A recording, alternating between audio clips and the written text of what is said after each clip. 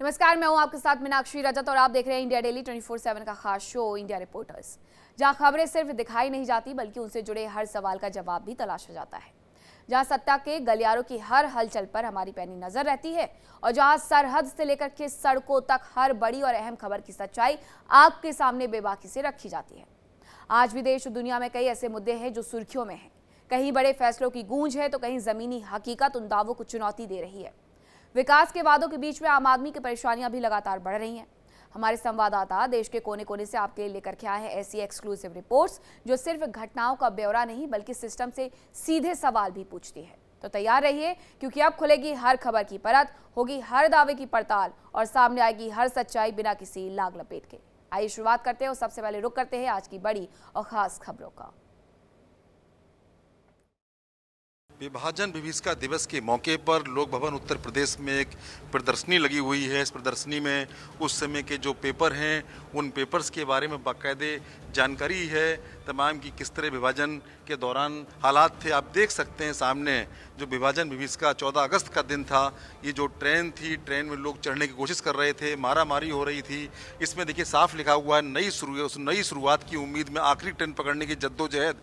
ये देखिए लोग प्रयास कर रहे हैं। जब पाकिस्तान का विभाजन हुआ हिंदुस्तान से, तो ऐसे में लोग पाकिस्तान से हिंदुस्तान आने के लिए जो हिंदू वर्ग के लोग थे वो परेशान बहुत ज़्यादा थे और लोग ट्रेन पकड़ने में लगे हुए थे। आप सामने देख सकते हैं ट्रेन सामने है, कैसे एक महिला ट्रेन में चढ़ रही है और ट्रेन चल दी है और पीछे कुछ लोग छूट रहे हैं, उनको कितना दर्द है आप सामने देख सकते हैं। कैसे मारकाट मची हुई है, कौन किसका चाचा कौन मामा, बस 2 रोटी और पानी का एक प्याला। ये सब देखिए, हालात देखिए कितने हालात ख़राब थे। एक महिला जो बच्चे को गोद में लिए हैं और उसके साथ में जो उसके परिवार के अन्य सदस्य हैं भूखे सो रहे हैं। सामने देख सकते हैं कि वहाँ पर बिल्कुल जो हालात थे बहुत ही ख़राब थे और जो पानी तक की दिक्कत थी। लोग पानी की लंबी लंबी कतारों में लगे थे। जो ना हिंदू को जानता है ना मुसलमान को पानी लिखा हुआ है, देखिए इसमें कैसे हालात बन चुके थे। और ये भी देखिए यात्रियों से लदी हुई ट्रेन, ये उन लाखों लोगों की दास्ता को बयां करता है जो पूर्वी बंगाल से आकर कलकत्ता में बसे। जब जो बांग्लादेश अब बांग्लादेश है, उस टाइम पे जो पाकिस्तान का हिस्सा माना गया था, उस दौरान भी कैसे हिंदू आए और ये कभी मेलों में दिखती थी ऐसी अनजानों की भीड़, आज रोटी और पनाह देने वाले रिश्तेदार बन गए। तो देखिए किस तरह यहाँ पर हिंदुस्तान में हालात बने और जो तमाम हालात ख़राब हुए। लेकिन जो मुख्यमंत्री उत्तर प्रदेश हैं उन्होंने बाकायदे जो इन विभाजन के दौरान जो इतने लंबे समय तक जिनके लिए कोई काम नहीं हुआ था, जिनको ना ज़मीनें थी ना कुछ उनके लिए जो पुरानी सरकारें थी काम नहीं किया, उनको अधिकार दिया, विस्थापितों को अधिकार दिया। जो पाकिस्तान से विस्थापित थे, बांग्लादेश से विस्थापित थे, उनको बाकायदे ज़मीन आवंटित की और उनको बाकायदे पैसा भी दिया, तमाम उनको योजनाओं का लाभ भी दिया। चाहे पीलीभीत में जो विस्थापित परिवार हों उनको भी दिया। और इधर देख सकते हैं ये जो बांग्लादेश पूर्वी पाकिस्तान से विस्थापित लोग थे, लखीमपुर खीरी में उनको बाकायदे उनको भी देखिए सम्मान दिया और यहाँ तक कि उनको सर्टिफिकेट्स देकर जो योजनाएं हैं उनका लाभ पहुँचाया और साथ में उनको ज़मीन दिया जिससे वो गुजर बसर अपनी अच्छी कर सकें। तो ये योगी जी ने जो माहौल बदला है उन्होंने सबके लिए किया है। उत्तर प्रदेश में जो विस्थापित परिवार रहते थे उनको लोग अपना नहीं समझते थे, उनको अपना समझा है, उनको तमाम लाभ पहुंचाया है, योजनाएं दी, ज़मीन दी, उनको कम से कम सिर पर एक छत दी। तो ये सामने देख सकते हैं जो विस्थापितों का अधिकार है। तो ये संवेदनशील सरकार भी है योगी सरकार। इन्होंने बाकायदे सभी विस्थापितों को बाकायदे एक सम्मान दिया है और इनके लिए हमेशा सरकार खड़ी रहती है। और ये कम से कम अब अपने को अच्छा महसूस कर रहे हैं, क्योंकि जो त्रासदी इन्होंने झेली है इनके जो परिजन हैं और इन लोगों ने, वो कम से कम उत्तर प्रदेश के मुख्यमंत्री इनको राहत दे रहे हैं और इनके लिए काम कर रहे हैं। कैमरामैन सर्वजीत के साथ सुशील कुमार तिवारी, इंडिया डेली 24/7 लखनऊ से। अब कर्नाटक में आरएसएस की शाखा लगाने के लिए परमिशन अब राज्य सरकार से लेना होगा। देखिए ये नया फैसला जो है वो कर्नाटक सरकार ने लाया है। कर्नाटक सरकार के जो मंत्री हैं प्रियंका खरगे, उन्होंने एक नया आदेश जो है वो जारी किया है। इस आदेश के तहत अब कर्नाटक में कोई भी किसी भी तरीके के कार्यक्रम करेगा तो उसको सीधे तौर पे राज्य सरकार से परमिशन लेना होगा, चाहे वो स्कूल के प्लेग्राउंड में हो, यूनिवर्सिटी के प्लेग्राउंड में हो या फिर सरकारी कोई भी कार्यालय हो या वहाँ पर ग्राउंड हो। वहाँ पर अगर किसी भी तरीके का कोई भी कार्यक्रम करेंगे तो उन्हें सरकार से परमिशन लेना होगा। सीधे तौर पर यह बताया जा रहा है कि प्रियंका खरगे जो कि कर्नाटक सरकार की मंत्री हैं, उन्होंने ये नया एक्ट जो है वो 2026 लागू किया है और इसके तहत अब जितने भी आरएसएस के अगर वहाँ पे कोई कार्यक्रम किए जाएंगे तो उसके तहत अब उन्हें परमिशन जो है वो राज्य सरकार से लेना होगा। एक नया तरीके का कानून जो है वो ख़ासतौर पे कर्नाटक में लाया गया है। देखिए, कर्नाटक में लगातार अलग अलग समय पर अलग अलग चीज़ें जो है वो बदलती जा रही हैं। अब ऐसे में एक नया फैसला कहीं ना कहीं बीजेपी और आरएसएस के लिए एक बड़ा परेशानी जो है वो देखने को मिल सकता है, क्योंकि सरकार ने ये साफ कह दिया है कि किसी भी तरीके का कार्यक्रम अगर आप कर्नाटक में करते हैं, किसी भी तरीके के ख़ासतौर पर आरएसएस और इससे संबंधित कोई भी शाखा लगाती है तो उसके लिए उन्हें परमिशन जो है वो राज्य सरकार से लेना होगा।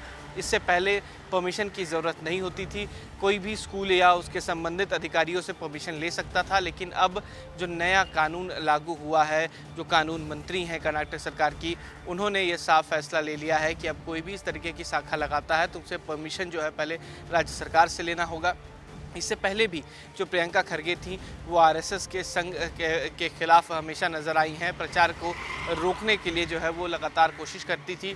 और कर्नाटक में सरकार भी बीजेपी की नहीं है तो एक नई परेशानी जो है वो बीजेपी की नज़र आ रही है। राज्य सरकार अगर परमिशन देती है तो आप वहाँ कोई कार्य कर सकते हैं और नहीं परमिशन देती है तो फिर आप वो कार्य नहीं कर पाएंगे, चाहे वो आरएसएस की शाखा की बात हो या अन्य कोई कार्यक्रम हो। इसको लेकर एक एडवाइजरी जो है वो कर्नाटक सरकार ने जारी कर दी है। वीडियो जर्नलिस्ट कमल सिंह के साथ उत्कर्ष, इंडिया डेली, दिल्ली। 15 अगस्त से पहले वाराणसी पुलिस कमिश्नरेट के जो जवान हैं वो अलर्ट मोड पर चले आए हैं। तमाम स्थानों पर चेकिंग की जा रही है, चाहे वो घाट हो, स्टेशन हो या प्रमुख स्थान हो। मौजूदगी हमारी गदौरिया चौराहे पर है। तस्वीर आप देख सकते हैं, यहाँ पर भी पुलिस द्वारा चेकिंग की जा रही है। तमाम संदिग्ध वाहनों को रोका जा रहा है या बिना नंबर प्लेट के वाहनों को रोका जा रहा है और उनकी जाँच कराई जा रही है।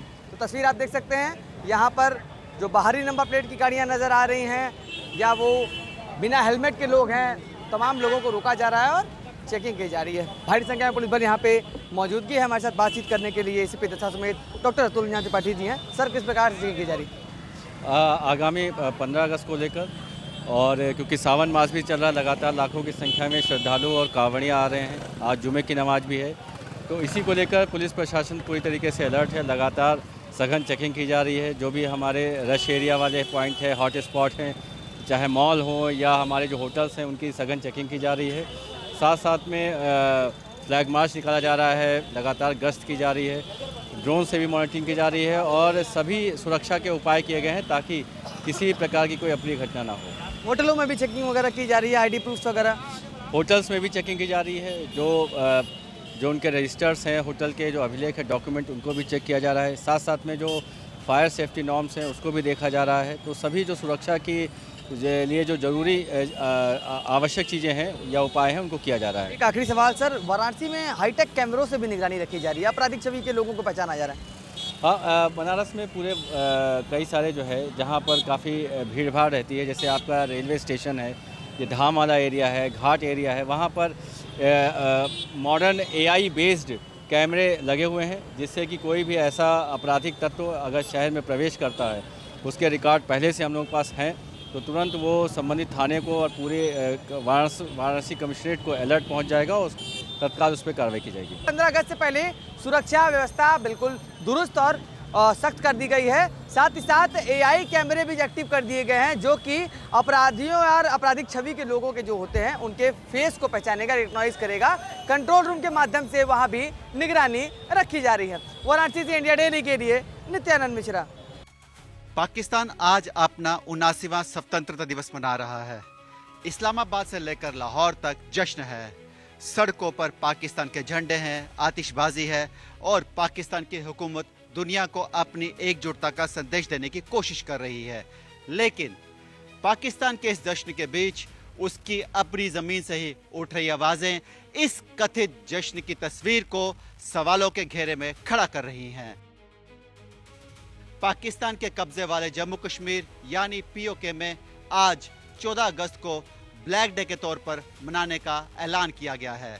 वहीं बलूचिस्तान में भी पाकिस्तान के स्वतंत्रता दिवस के खिलाफ विरोध की आवाजें बुलंद है। यानी एक तरफ इस्लामाबाद में पाकिस्तान अपनी आज़ादी का जश्न मना रहा है, तो दूसरी तरफ POK और बलूचिस्तान में पाकिस्तान की नीतियों के खिलाफ विरोध हो रहा है। पीओके में हाल के महीनों में पाकिस्तान सरकार के खिलाफ नाराजगी लगातार बढ़ती रही है। अब जम्मू कश्मीर जॉइंट अवामी एक्शन कमेटी ने 14 अगस्त से नॉन कोऑपरेशन मूवमेंट शुरू करने का ऐलान किया है। इस आंदोलन के तहत लोगों से सिर्फ विरोध प्रदर्शन करने की अपील नहीं की गई है, बल्कि पाकिस्तान सरकार को आर्थिक तौर पर चुनौती देने की बात भी कही गई है।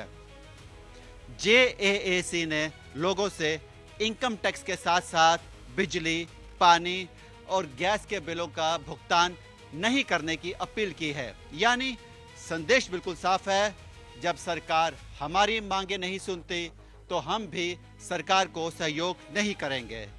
पीओके में आंदोलनकारियों की शिकायतें नई नहीं हैं।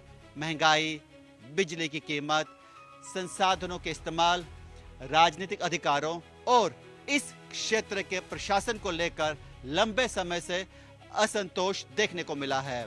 फिलहाल तस्वीर यही है कि इस तरफ पाकिस्तान स्वतंत्रता दिवस का जश्न मना रहा है और दूसरी तरफ पीओके और बलूचिस्तान में पाकिस्तान के खिलाफ ब्लैक डे और नॉन कोऑपरेशन का ऐलान हो चुका है।